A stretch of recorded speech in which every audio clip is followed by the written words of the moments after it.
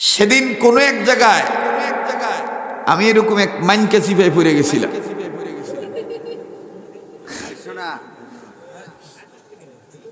মাইনকা চিপা আমাদের ঢাকায় বলে, আর আপনাদের অঞ্চলে সম্ভবত বলে বেড়ায় ফেসো পড়ছে। কি পড়ছে? ফেসো। সংক্ষেপে বুঝাই দিই কেমন। এই পথ দিয়েই আমি গিয়েছিলাম ওই মাহফিলে। থানাটা হইল বাহুবল।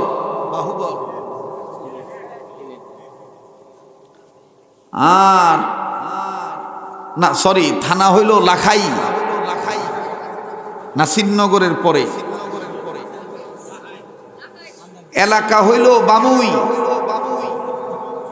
গ্রাম হইল বল্লা। গ্রাম কি?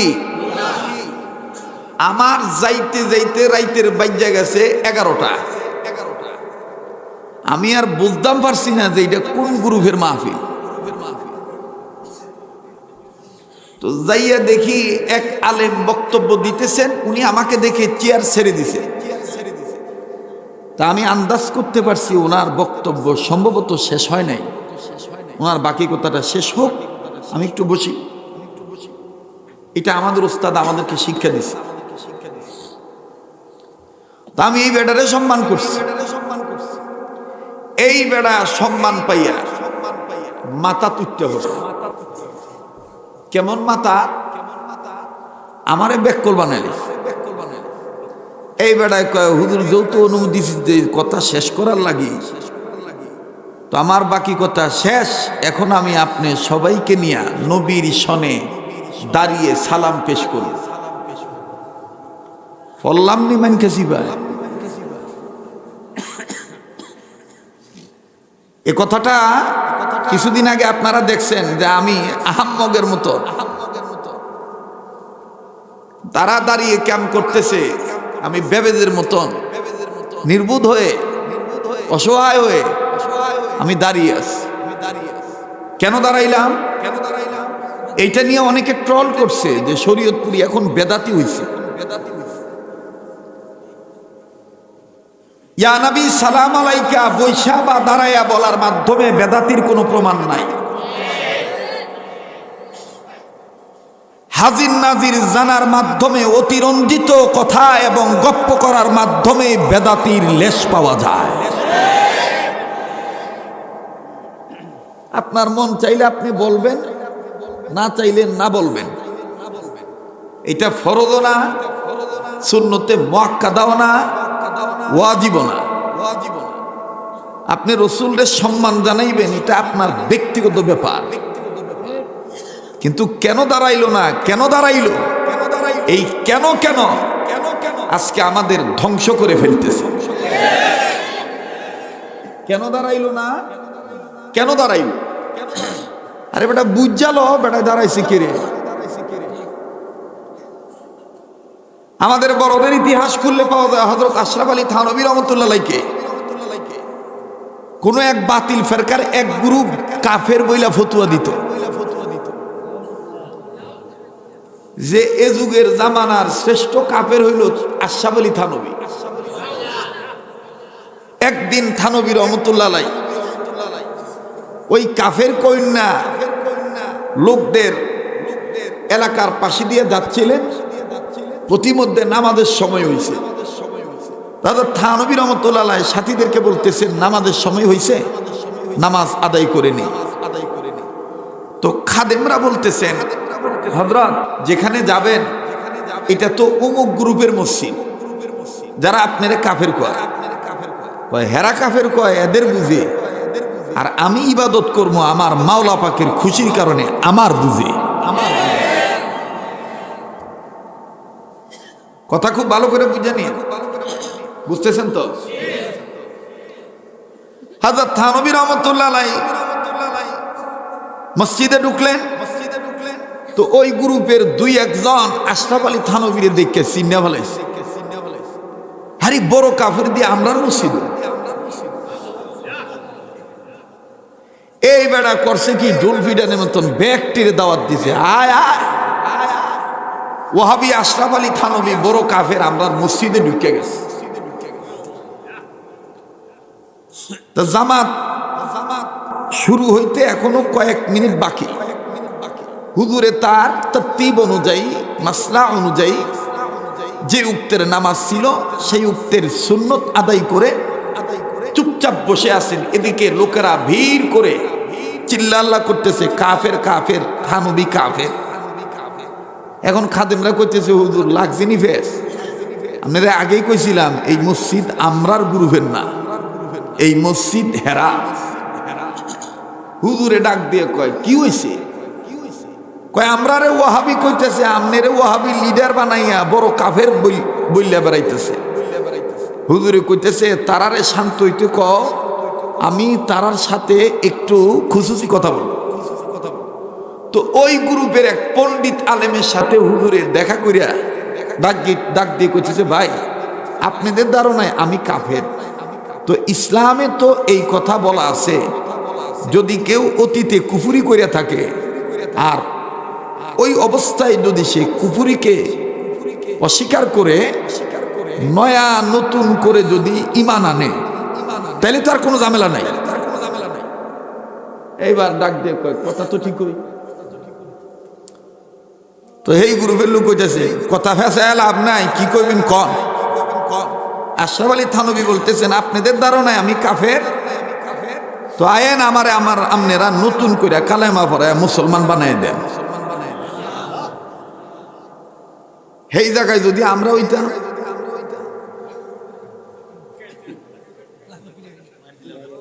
কথা কয় না। তো তোমরা যারা অনেক আলেমদেরকে না বুঝা ট্রল করো, তোমরা কি আশরাফ আলী থানভীর চাইতে বড় হয়ে গেছো? ব্রাহ্মণবাড়িয়ার বড় হুজুর রহমতুল্লাহর চাইতে বড় হয়ে গেছো? আমি এগুলো বলি না, কিন্তু আজকে বলতে বাধ্য হইলাম এই কারণে, কারণ এই জবটা না দিলে অনেকে বলবে যে আমি এই গ্রুপের। হযরত থানভী রহমতুল্লাহ আলাইহি নতুন করে কালেমা পড়লেন তারার ধারণা ভালো করার লাগি। এইবার ওই গ্রুপের লিডাররা কইতেছে, কালেমা পড়িয়া বলাইছে, নতুন করে মুসলমান হইছে, আর কোনো ঝামেলা নাই। এবার হেরা কইতেছে, নামাজ পড়েন, জামাত তৈয়ার। এখন বড় বেড়া পণ্ডিত এই গ্রুপের সামনে আগাইতে বিল্লার সাহস পায় না। নতুন কালেমা পড়ুক আর পুরান কালেমা পড়েই। আশরাফ আলী থানভী কত বড় আলেম, এটা তো হেরা জানে। তো এইবার এই বেটা ডাক দিয়ে কইতেছে, আরে এহানোর মধ্যে তো আশরাফ আলী থানভীর চাইতে বড় আলেম আর কেউ নাই। তো এই বেটার এই পিছনে থুইয়া আমি নামাজে দাঁড়াইয়া ইমামতি করি কেমনে? এই বেটার এলেমকে অপমান করা হইল। আলেমকে সম্মান না করেন, আলেমের এলেমকে তো সম্মান করতে হইব। এখন জনগণ কয় ঠিক, কয় তাইলে ইমামতি দিয়া লাও। ধৈর্য কারে কয় দেখেন। আশরাফ আলী থানভী রহমতুল্লাহ আলাইহি নামাজ পড়াইলেন, হেরা কইল কাফের, আর আল্লাহ বানায় দিল নেতা। সুবহানাল্লাহ কইতেন না? হযরত আশরাফ আলী থানভী রহমতুল্লাহ আলাইহি এই সাইটে কথা বলে কেন? এই কি হইছে তোমাদের এখানে? জায়গা লইরা বউ, কেন তোমরা এরকম খোঁচাখুচি করতেছো? এদিক তাকাও, তামাশা করতে আসছি এখানে। বালা না লাগলে সোজা যাও। আজকে গাড়ি ছাড়ছি তো ছাড়ছি, কোন স্টেশনে থামবো এটা আল্লাহ বালা জানে।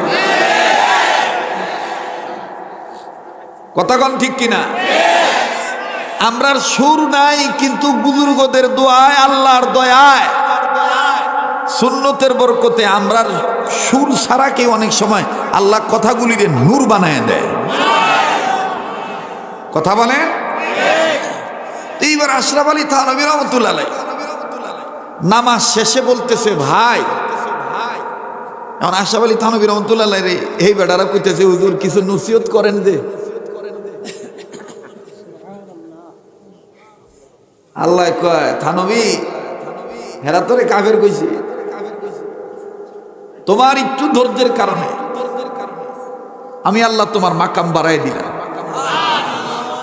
প্রথমে ইমাম বানাইলাম, দ্বিতীয়তে বক্তা বানাইলাম।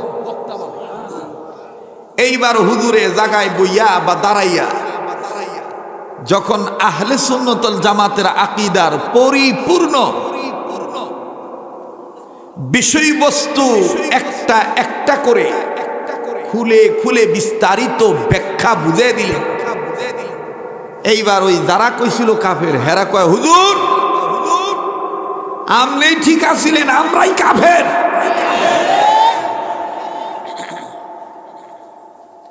আপনি ঠিক আছিলেন, আমরাই কাফের।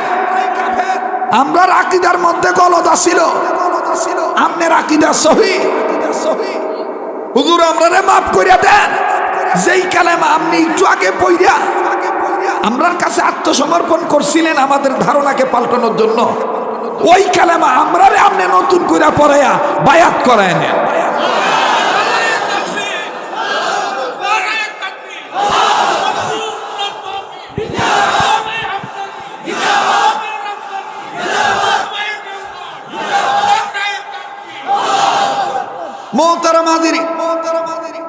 প্লিজ আপনারা কথা বলবেন না, যে যা করে করুন।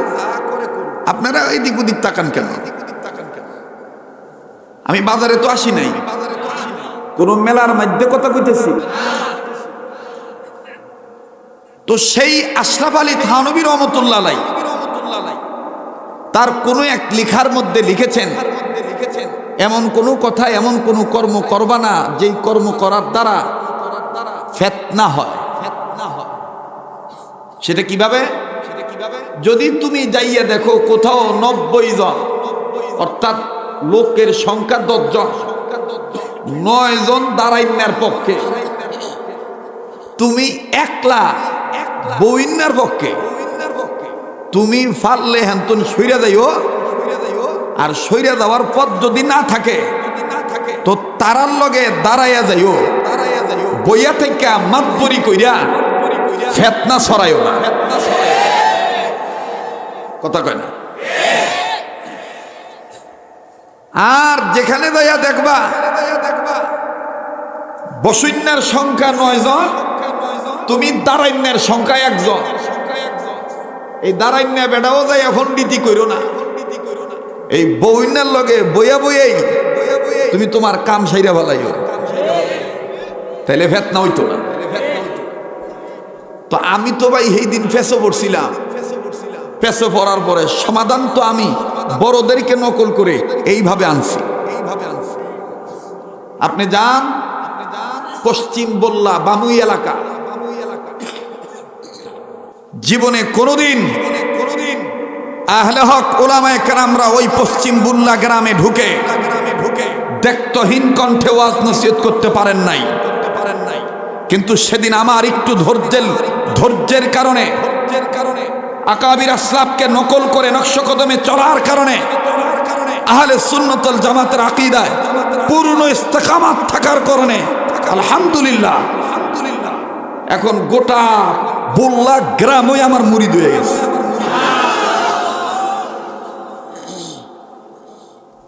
বেদাতিরা পর্যন্ত বলছে যে হযরত আমরার এলাকায় যে গ্রুপের লোক আইলেই খালি মারামারি লাগে, কিন্তু একমাত্র আমনেরই পাইলাম। আপনি দাঁড়াইনারেও বইনারে এমন ভাবে সলিউশন দিলেন,